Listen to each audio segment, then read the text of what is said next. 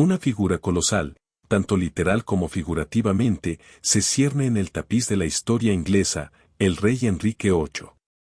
Fue un monarca de inmenso carisma, formidable intelecto e insaciables apetitos, cuyo reinado, de 1509 a 1547, reconfiguró irrevocablemente Inglaterra, transformando su religión, su política y su lugar en el escenario mundial. Más que cualquier otro factor, fue su búsqueda desesperada e implacable de un heredero varón lo que se convirtió en el motor de este cambio revolucionario, llevándolo a través de 6 tumultuosos matrimonios, la dramática ruptura con la Iglesia Católica Romana y un legado que sigue fascinando y horrorizando a partes iguales. Pero debajo de las capas de poder y majestad, en sus últimos años, Enrique VIII ya no era la figura imponente que una vez había deslumbrado a Europa. Era un hombre que se descomponía en tiempo real, empapado de dolor, paranoia y pus. La suya no fue la muerte de un rey. Fue el colapso de un cuerpo humano consumido por su propia grandeza. Nacido el 28 de junio de 1491, Enrique nunca estuvo destinado a reinar. Su hermano mayor Arturo tenía ese destino. Enrique fue dirigido hacia la iglesia y recibió una educación de élite, dominaba el latín, estaba inmerso en la ología y se sumergió en la filosofía clásica. Pero cuando Arturo murió en 1502, el joven príncipe fue empujado a un destino diferente.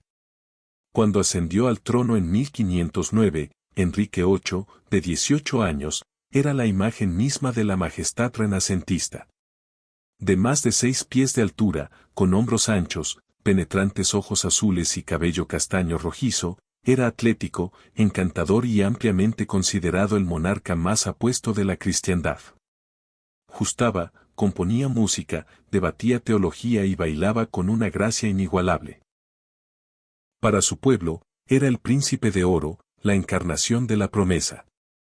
Se casó con Catalina de Aragón ese mismo año, la viuda de su hermano, y el reino se regocijó.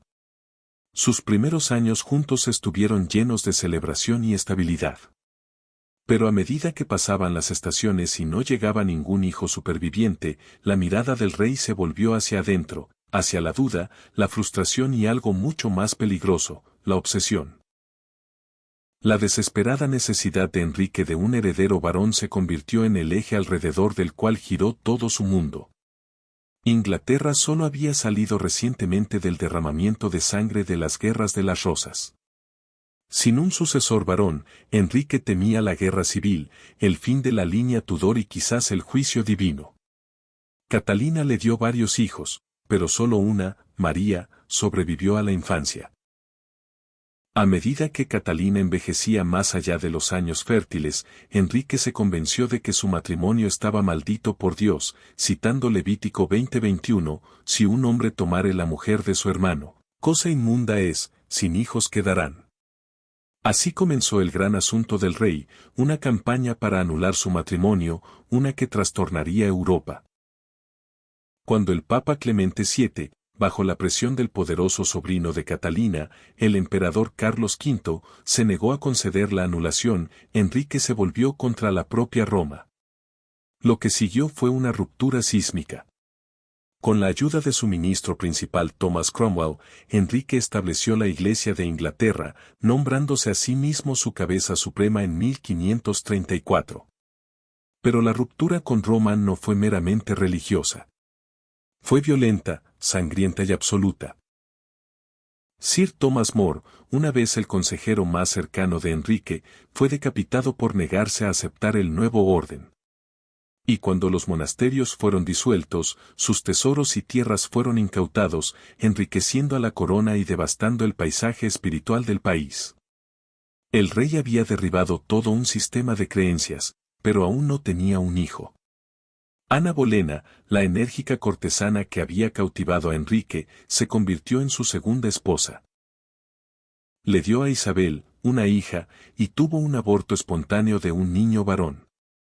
Su incapacidad para producir un hijo, junto con las intrigas cortesanas, llevó a su arresto y ejecución por cargos fabricados en 1536. Días después, Enrique se casó con Juana Seymour, quien finalmente le dio un heredero varón, Eduardo, en 1537. Juana murió 2 semanas después. Enrique la lloró profundamente y la consideró su única esposa verdadera. Los matrimonios posteriores trajeron poca alegría. Ana de Cleveris fue rechazada casi al instante. Catalina Howard, apenas de 19 años, reavivó brevemente la esperanza de juventud de Enrique, hasta que fue ejecutada por adulterio. Su última esposa, Catalina Parr, fue más enfermera que reina, cuidando el cuerpo moribundo del rey tanto como su fracturada casa. Sin embargo, en medio de estos dramas domésticos, algo mucho más aterrador se estaba desarrollando, el colapso sistemático de la propia carne de Enrique. El principio del fin llegó en enero de 1536. Durante un torneo de justas en Greenwich, Enrique, entonces de 44 años, fue derribado de su caballo. El caballo se desplomó sobre él. Durante 2 horas, permaneció inconsciente. Aunque sobrevivió, nunca fue el mismo. La caída había herido gravemente su pierna derecha.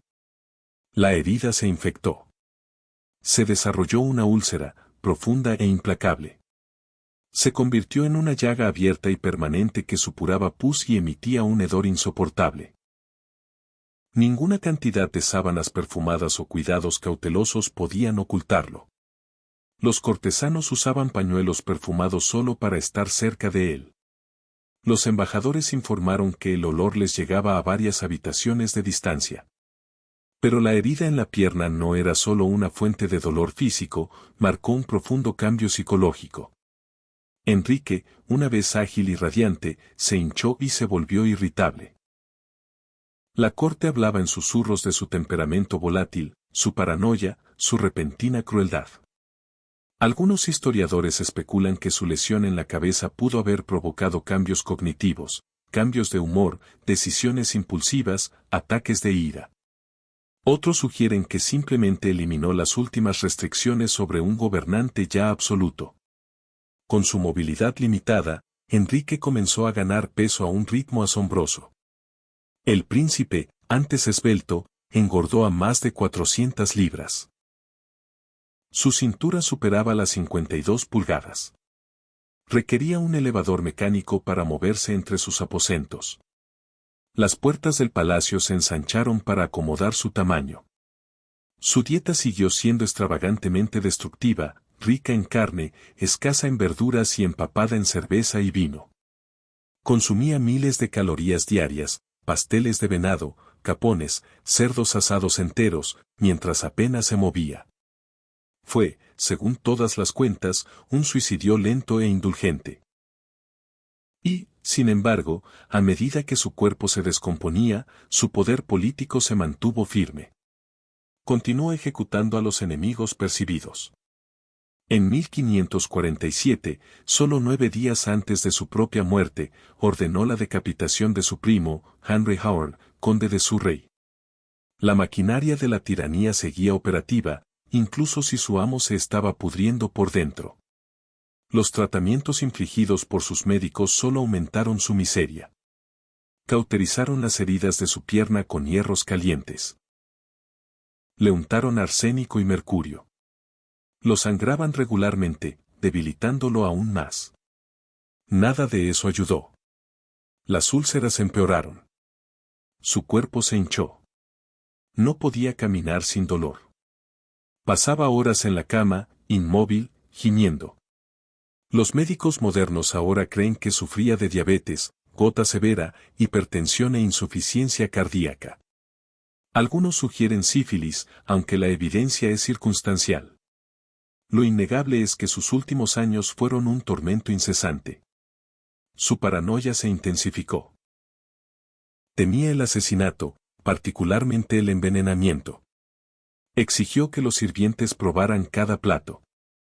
Su cubertería era inspeccionada obsesivamente. No confiaba en nadie. Los amigos se volvieron enemigos. Las esposas se volvieron traidoras. Las sombras acechaban detrás de cada cortina. Y aún así, gobernó. Para el invierno de 1546, era claro para todos, aunque nadie se atrevía a decirlo, que el rey estaba muriendo. Hablar de la muerte del monarca era traición. Así que sus médicos mintieron. Sus cortesanos sonreían con los dientes apretados y pañuelos perfumados. Y Enrique VIII, rodeado de podredumbre y ritual, se deslizó hacia la tumba. La gangrena se había instalado. Sus piernas ulceradas exudaban líquidos negros. El olor, señalaron los cronistas de la corte, era más allá de la resistencia humana. Las fiebres azotaban su cuerpo. El delirio iba y venía. Murmuraban nombres: Juana, Isabel, Ana. Algunos afirmaron que clamó por perdón. Otros susurraban que estaba perseguido por los fantasmas de las mujeres que había destruido. Incapaz de levantarse de la cama, se reunió con Thomas Cranmer, arzobispo de Canterbury. Preguntado si moría en la fe, Enrique no pudo hablar. Simplemente apretó la mano de Cranmer. Ese fue su último gesto. La mañana del 28 de enero de 1547, a la edad de 55 años, el rey que había remodelado Inglaterra exhaló su último aliento. Incluso en la muerte, el cuerpo de Enrique desafió la contención. Debido a su enorme tamaño, se construyó un ataúd de gran tamaño. Los embalsamadores, mal equipados, rellenaron el cadáver con hierbas e intentaron sellarlo. No fue suficiente. Mientras su cuerpo yacía en capilla ardiente en la abadía de Sion, sucedió lo impensable: líquido cadavérico comenzó a filtrarse del ataúd. El hedor era abrumador. Esa noche, según la leyenda y testigos oculares, un perro callejero entró en la capilla y lamió los líquidos que se acumulaban. Un rey, una vez divino, profanado por animales. Su funeral tuvo lugar casi 3 semanas después, el 16 de febrero. El hedor aún permanecía en el aire. Pero las ceremonias se llevaron a cabo con pompa e incienso. Fue enterrado en la capilla de San Jorge en el castillo de Windsor, junto a Juana Seymour, la esposa que le dio su único hijo. El tan anhelado heredero de Enrique, Eduardo V, reinó solo 6 años, muriendo a los 15. El trono Tudor pasó no a otro hijo, sino a 2 hijas, María I, hija de Catalina de Aragón, e Isabel I, hija de Ana Bolena. Fue Isabel, la hija de la mujer que ejecutó, quien marcaría el comienzo de la Edad de Oro de Inglaterra. Enrique VIII, que había movido cielo y tierra por una línea masculina, finalmente engendró una dinastía a través de mujeres.